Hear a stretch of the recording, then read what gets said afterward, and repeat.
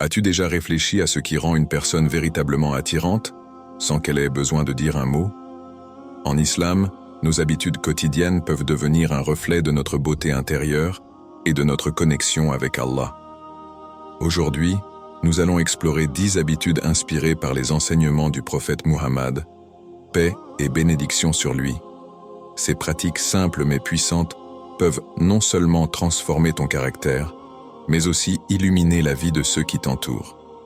Prépare-toi à découvrir des clés spirituelles pour devenir silencieusement attractif. 1. Vivez dans l'authenticité. L'authenticité est plus qu'une simple qualité, c'est un fondement de l'âme. En islam, il est enseigné que la foi véritable s'épanouit dans un caractère pur et sincère. Le prophète Muhammad, paix sur lui, a souligné que « les meilleurs d'entre vous sont ceux qui ont le meilleur caractère ». Cela implique que notre caractère, notre manière de vivre, notre façon d'interagir avec les autres, tout cela doit être le reflet de notre véritable essence, sans artifice ni prétention. Vivre dans l'authenticité, c'est accepter pleinement qui nous sommes, avec nos imperfections et nos qualités.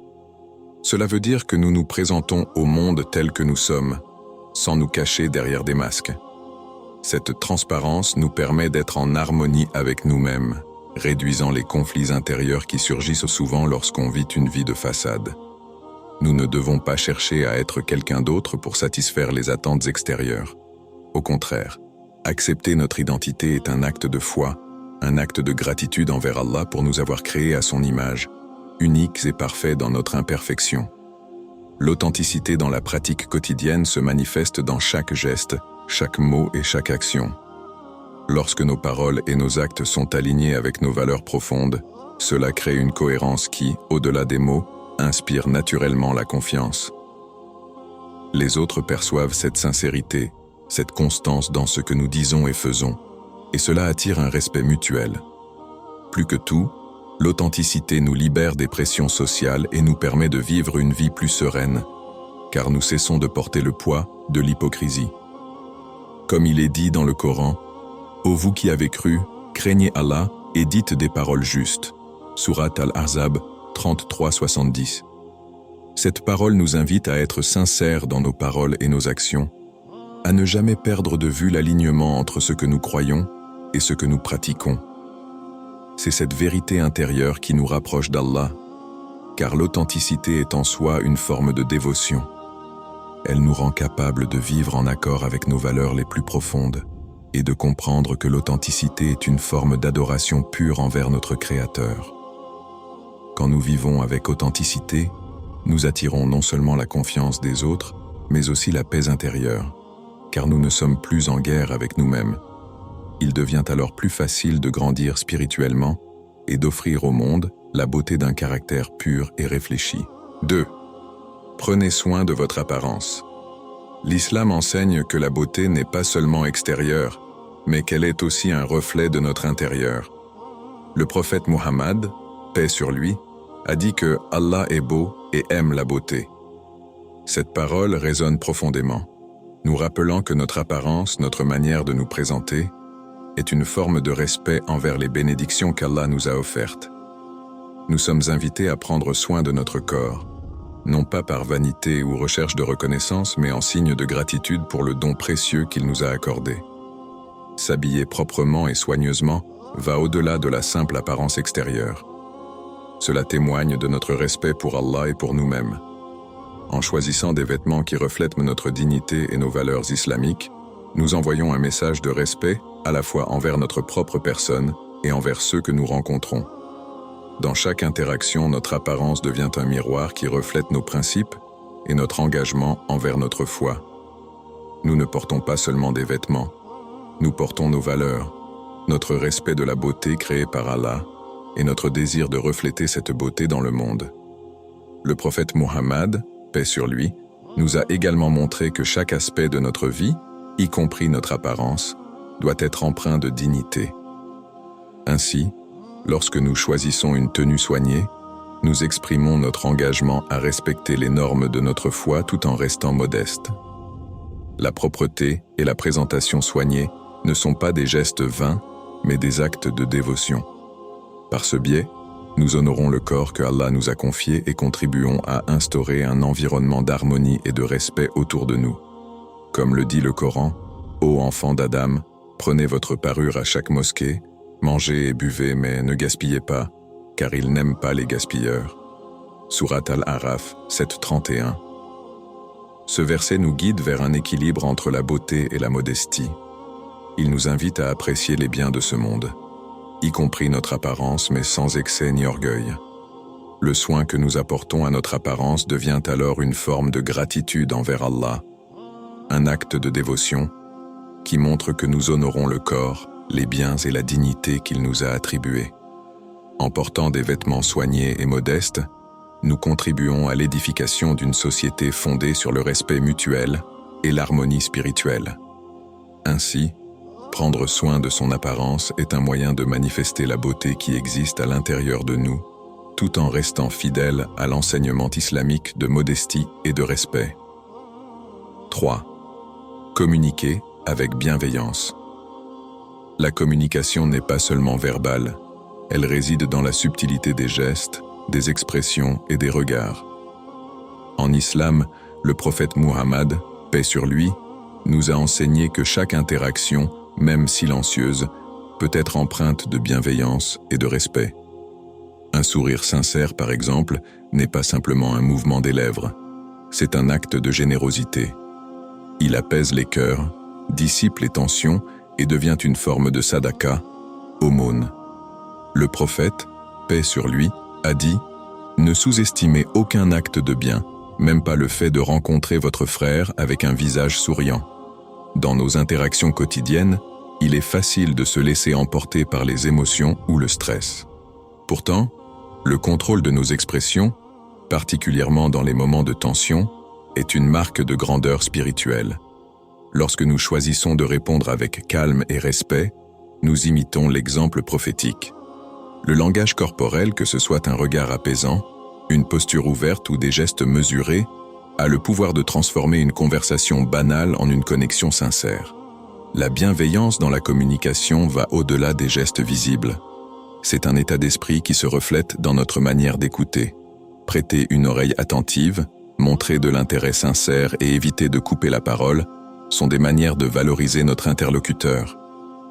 En agissant ainsi, nous établissons un environnement où règne la compréhension et le respect mutuel.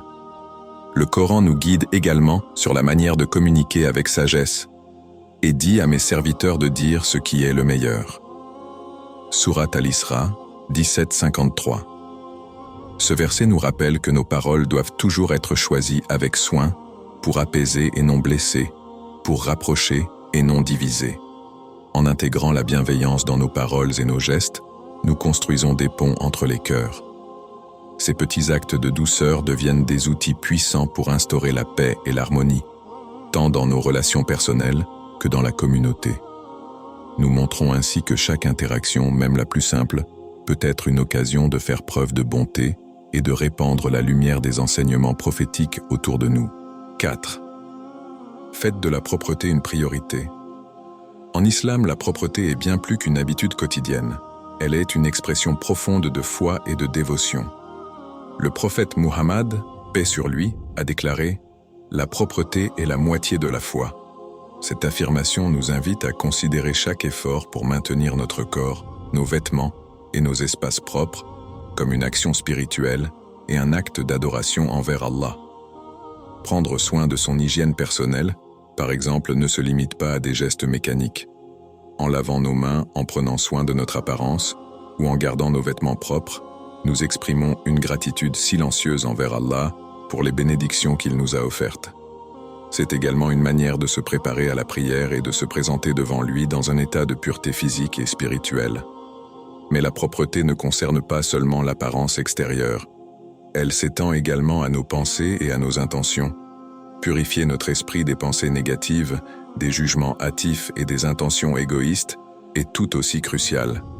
Tout comme un espace propre favorise la clarté mentale, un cœur purifié facilite une connexion plus profonde avec Allah. Le prophète, paix sur lui, a également souligné l'importance de maintenir la propreté de notre environnement. Une maison ordonnée et des lieux de vie soignés ne sont pas seulement agréables à l'œil. Ils créent une atmosphère propice à la réflexion et au calme intérieur. Chaque acte de rangement ou de nettoyage peut devenir une forme de dhikr, rappel d'Allah, où chaque mouvement est guidé par l'intention de satisfaire notre Seigneur. Le Coran nous rappelle, certes, Allah aime ceux qui se repentent et aime ceux qui se purifient. Sourate Al-Baqarah 222. Ce verset nous inspire à adopter la propreté non seulement comme une obligation, mais aussi comme une expression de l'amour d'Allah pour ses serviteurs. En faisant de la propreté une priorité dans tous les aspects de notre vie, nous cultivons une discipline qui transcende le simple acte de nettoyer. Cela devient une voie vers la purification de l'âme, une manière de montrer notre respect pour les bénédictions d'Allah et une invitation à vivre dans une harmonie intérieure et extérieure. À travers ces petits gestes, nous honorons les enseignements prophétiques et bâtissons une vie empreinte de sérénité et de gratitude. 5e. Valorisez votre bien-être. Le soin de soi est souvent perçu comme un luxe, mais en islam, c'est une responsabilité sacrée et un acte d'adoration. Le prophète Muhammad, paix sur lui, a dit « Tire profit de 5 choses avant 5 autres, ta jeunesse avant ta vieillesse, ta santé avant ta maladie, ta richesse avant ta pauvreté, ton temps libre avant ton occupation, et ta vie avant ta mort. » Cette sagesse prophétique nous rappelle que notre corps, notre santé et notre temps sont des bénédictions éphémères qu'Allah nous a confiées et qu'il est de notre devoir de les préserver et de les utiliser de manière optimale. Prendre soin de soi commence par l'attention portée à notre santé physique. Une alimentation équilibrée, riche en bienfaits qu'Allah a mis à notre disposition, nourrit non seulement notre corps, mais également notre esprit. Les fruits, les légumes, l'eau pure, tous ces dons divins sont des moyens de renforcer notre vitalité pour mieux accomplir nos devoirs religieux et sociaux. L'exercice également n'est pas seulement une question de conditions physiques, mais un moyen d'améliorer notre endurance pour le culte et les responsabilités quotidiennes. Cependant, le bien-être ne se limite pas au physique. Le soin de soi inclut aussi le repos mental et spirituel. Prendre du temps pour méditer, réfléchir et se reconnecter à Allah à travers la prière et le dhikr est essentiel. Ces moments de calme aident à apaiser l'esprit, à gérer le stress et à renforcer notre foi. Lorsque nous prenons soin de nous-mêmes, nous sommes mieux préparés à servir notre famille, notre communauté et à nous rapprocher d'Allah. Le Coran nous rappelle « Mangez de ce qu'Allah vous a attribué de licite et de bon, et soyez reconnaissants pour les bienfaits d'Allah, si c'est lui que vous adorez. » Sourate An-Nahl 1614. Ce verset nous invite à consommer des choses bénéfiques et à être reconnaissants, en considérant chaque repas et chaque instant de repos comme une occasion de louer notre Créateur. Valoriser son bien-être, c'est reconnaître que nous sommes les gardiens de notre corps et de notre esprit. En prenant soin de nous, nous témoignons de notre gratitude envers Allah et nous nous préparons à répondre pleinement à nos devoirs spirituels, personnels et sociaux. Cette prise en charge de soi n'est pas de l'égoïsme, mais un pas vers une vie plus équilibrée, plus consciente et plus connectée à notre foi. 6. Cultiver la résilience. La résilience est une force intérieure qui se forge au fil des épreuves et des bénédictions. En islam, elle est indissociable de la foi. Le prophète Muhammad, paix sur lui, a dit « Quelle merveille que l'affaire du croyant, car tout ce qui lui arrive est bon. Si une joie lui advient, il est reconnaissant, et cela est un bien pour lui. Si une difficulté le touche, il est patient, et cela est un bien pour lui. » Cette approche nous enseigne à considérer chaque situation, bonne ou mauvaise, comme une occasion de croissance spirituelle et personnelle. La gratitude, dans les moments heureux, est une pratique qui renforce notre lien avec Allah. Elle nous pousse à reconnaître que tout bienfait provient de lui et qu'il mérite d'être loué pour ses dons. Mais la résilience se manifeste surtout dans les épreuves. La patience face à l'adversité est une marque de foi profonde, un rappel que chaque difficulté est un test ou une purification. et que derrière chaque épreuve se cache une sagesse divine que nous ne comprenons peut-être pas immédiatement. Cultiver la résilience, c'est également accepter que les défis font partie intégrante de la vie. En les affrontant avec sérénité et confiance en Allah, nous développons une stabilité intérieure. Cette force nous permet non seulement de traverser les tempêtes, mais aussi d'aider les autres à en faire de même. La résilience nourrie par la foi n'est pas seulement une endurance passive, mais une capacité à transformer les moments difficiles en opportunités de rapprochement avec notre Créateur.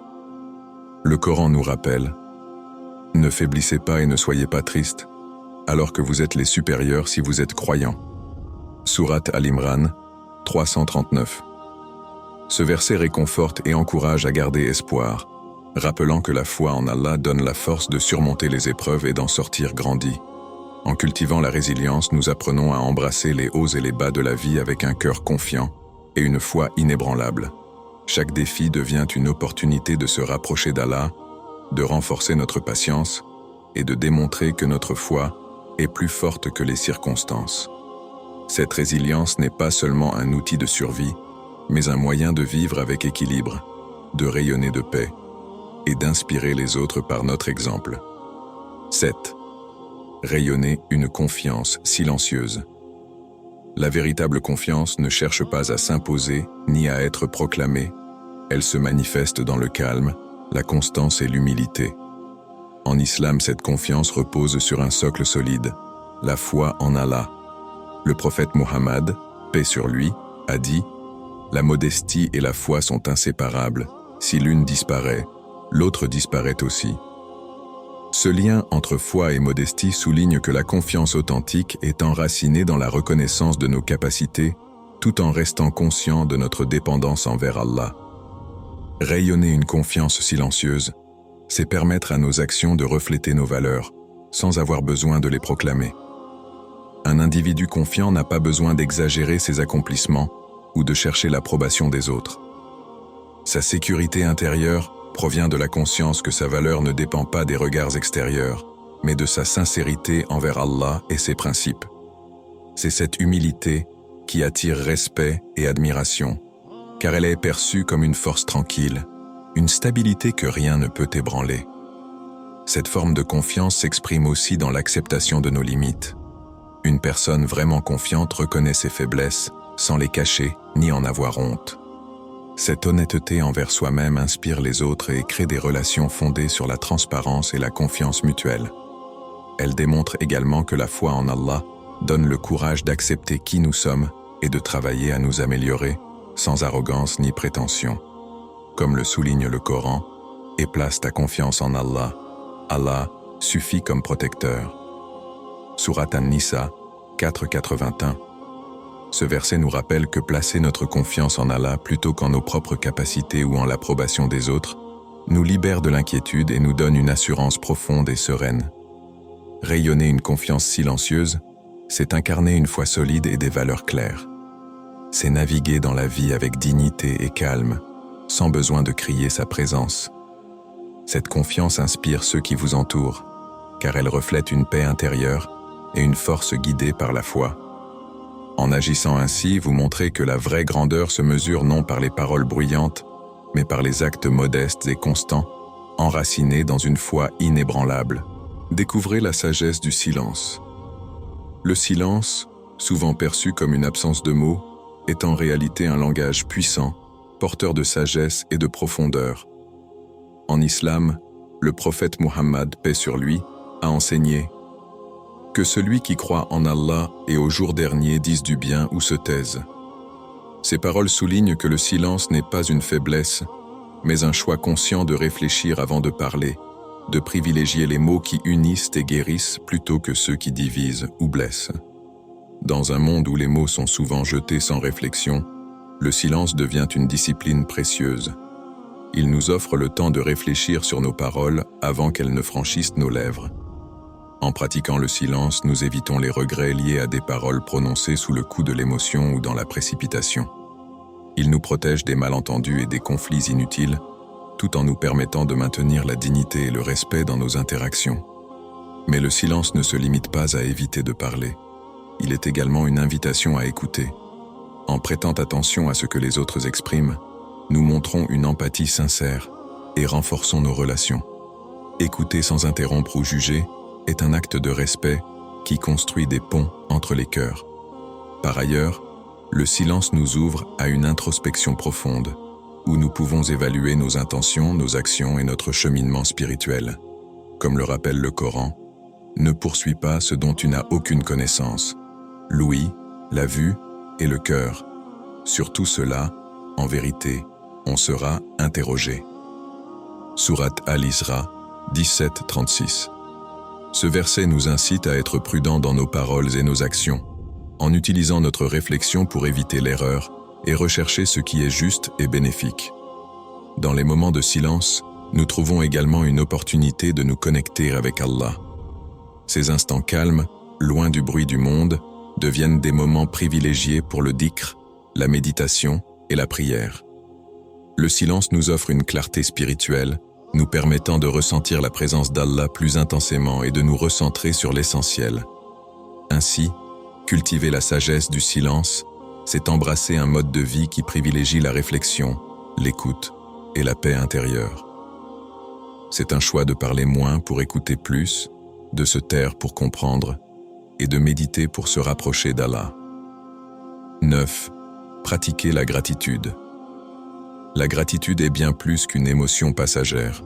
En islam, c'est un acte de foi puissant et un pilier de notre relation avec Allah. Le prophète Mohammed, paix sur lui, a enseigné que la gratitude ne se limite pas à remercier pour les bénédictions visibles, mais qu'elle consiste à reconnaître Allah comme la source de tout ce que nous possédons. Cette reconnaissance profonde transforme la manière dont nous percevons notre existence et nous rapproche de notre Créateur. Pratiquer la gratitude, c'est voir au-delà des bienfaits évidents comme la santé, la richesse ou la famille. Cela signifie aussi être reconnaissant pour les épreuves, car elles sont des opportunités de croissance spirituelle et de purification. Chaque difficulté porte en elle une leçon, et la gratitude nous aide à en tirer le meilleur.